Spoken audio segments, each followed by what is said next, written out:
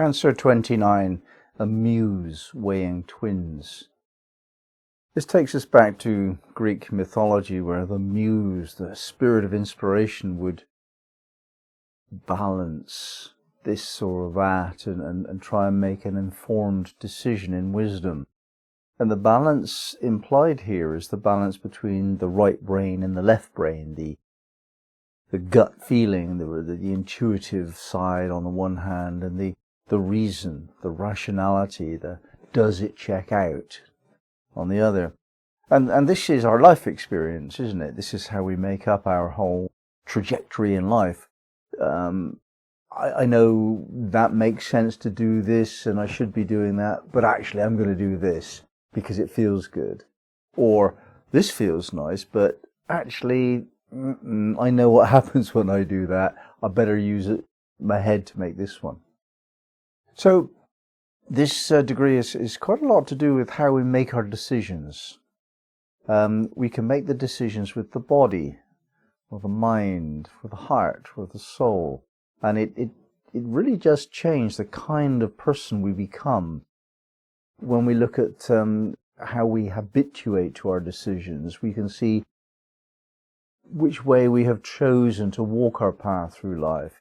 Some heart-driven people, they love their family, they love their friends, they love the little things in life, they make little gestures of appreciation. Life is warm and gentle with those kinds of people. They tend not to be high achievers. The high achievers very often are driven by mind. This is right, so I'll do it, even though it might feel wrong. If I could be bothered to check out my feelings, I know where I'm going and I want to get there. That's more mental, isn't it? The physical body is how we discover whether or not we've made the right decisions. And there are people that are very keenly aware of this, and they perhaps eat a certain type of food. Their diet is chosen because of its goodness for the body. And they maybe keep fit. They may do yoga or jogging or whatever. So there's those people that kind of check out the physical body's needs. If you're not really quite so healthy, but that you're led by the body, then you would be more sensual in your decision making. Yeah, I mean, you want the taste and the touch and the flavor of life. Rather more indulgent of pleasure than others, perhaps. Now, some people try and make a decision on the basis of soul. These are unusual people, and it's quite difficult to know what that decision is, because for two reasons. First of all, how do we tune in to the soul in consciousness? That's not straightforward. That requires a certain degree of commitment and training and giving up things in order to be able to live in soul consciousness. And the second reason is the soul actually doesn't really care about events and people and things and all of those bits of evidence of our choices. What the soul actually wants is qualities made obvious in feelings, and these qualities are what we would call good qualities, whatever you decide is good for you, what leaves you in good conscience. So there's different ways of making decisions, but a decision is necessarily a choice between this and that. Even if there's this, that, and the other, we can determine that it comes down to two in the end. And those two choices that we've got, pretty much like going left or right at a crossroad. In the end, we have to make a commitment to do that. And there would be a default condition. If we do not decide, then we carry on in the track of previous decisions. That's what fate really is. Fate or destiny or kismet in Arabic. This is what you do, what you get, if you don't actually make a real decision. Now, I distinguish in my life between choices and decisions. It's kind of almost the same thing, except for the degree. A choice might be, I choose to have tea and not coffee. It doesn't have a lot of implications in my life. But a decision is a turning point. Because of this decision, that is no more. This is now the case. It's more radical at the root of the matter. And the Muse is quite ruthless in a sense. This or that, weighing it up until a decision is made. And then there is no choice. It's the end of choice then. You can't go back and undecide something. If something can theoretically be undecided, it wasn't a decision. A decision is like an incision. It's a cutting. In the case of an incision, you're cutting in. In the case of a decision, you're cutting away. You're cutting away possibilities. That's what a decision is.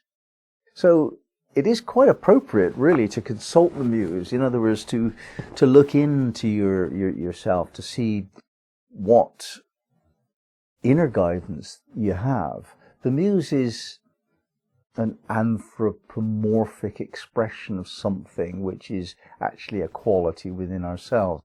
We project onto the being of a muse the idea of she's a person and she's very intuitive and she tells us what to do. That's a neat way of understanding the principle, but the principle is more subtle. We have within ourselves the consciousness that allows us to be aware of implications, aware of forms of energy, tracks, current, the zeitgeist, that all the beingness around us. A part of us links into that. We're no less than animals, and animals tune in really quickly to the imminence of danger or the need to fly south for the summer. So we have that, if we would but use it. And this is the question: can we actually bring ourselves to consult the Muse?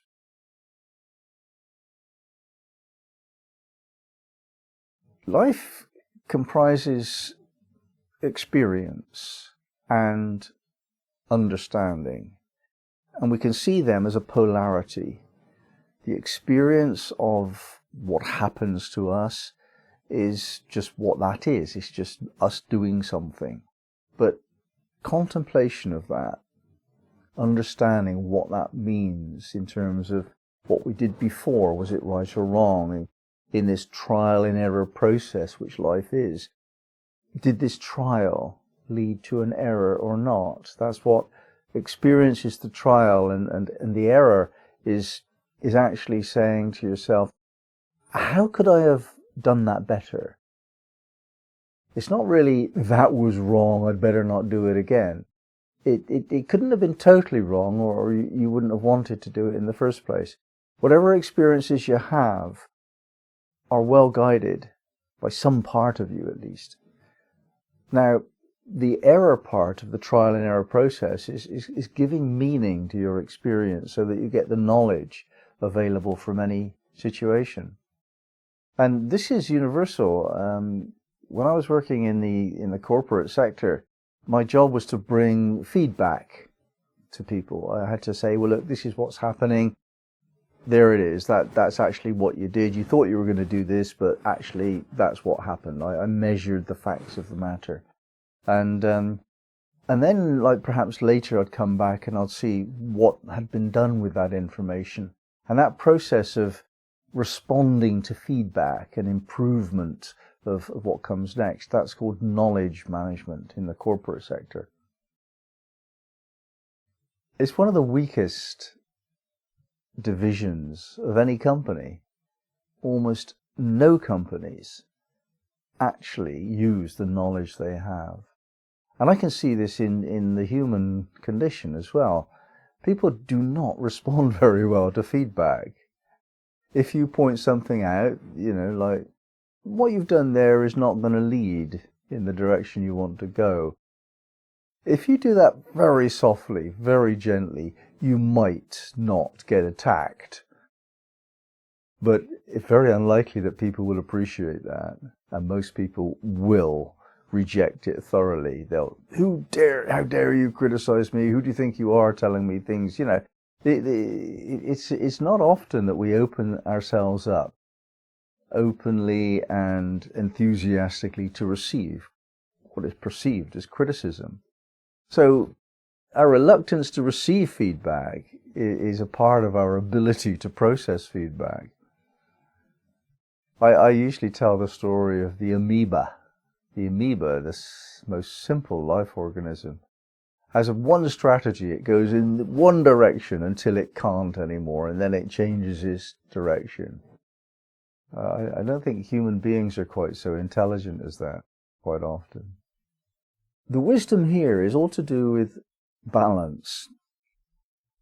Intuitive wisdom and reason need to be balanced for there to be the highest level of wisdom available. High powers of discrimination are given to a person that tries to do that.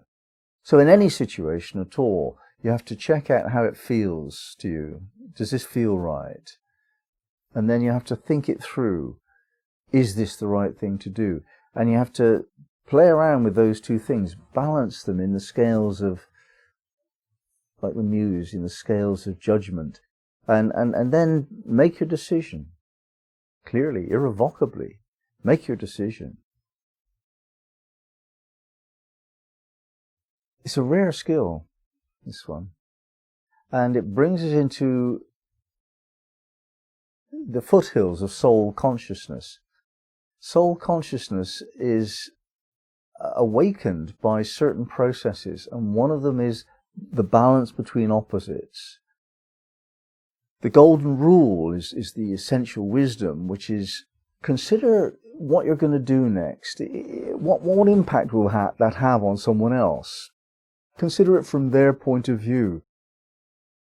Don't do to others what you don't want done back, because it's coming back. Whatever we do comes back to us.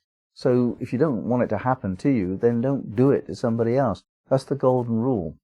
And that's the rule of opposites, isn't it? There's me and there's you. And in this question of trial and error, there's experience and there's knowledge. And in this question of thinking and decision making, there's right brain and left brain, intuitive and reasonable, rational. And the balance that we find when we take these two sides into account rather than just one. What do I want to do? Get on with it. If we think about it more on a more subtle level than that, take these two things into account, then life becomes very rich indeed, very rewarding indeed. You tend to find a smoother way to move through life. You tend to make your mistakes smaller and less consequential. You don't make big mistakes. But you do make mistakes, and this is something to celebrate. The process of life is trial and error.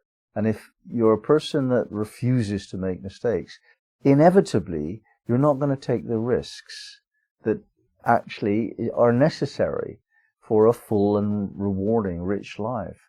We have to take risks, knowing not that it might go wrong, but that it will go wrong. That's the difference, really, because if you know everything's going to go wrong, by which I mean it is not going to be perfect. It could always have been a little bit better. It will be a little bit better next time, we hope. It's always not quite right. It's always going to go wrong. That gives you a huge amount of confidence that you can take a risk. Because it's bound to go wrong, so what? I'll just deal with it when it comes up. And that feeling that you can deal with things as it comes up, as they come up, that's faith. And the sense that will improve things in the longer term. Things will be better because of this trial and error. That's faith. And knowing that your reason can be balanced with intuition reasonably well, and your intuition is never okay by itself. It needs to be thought about.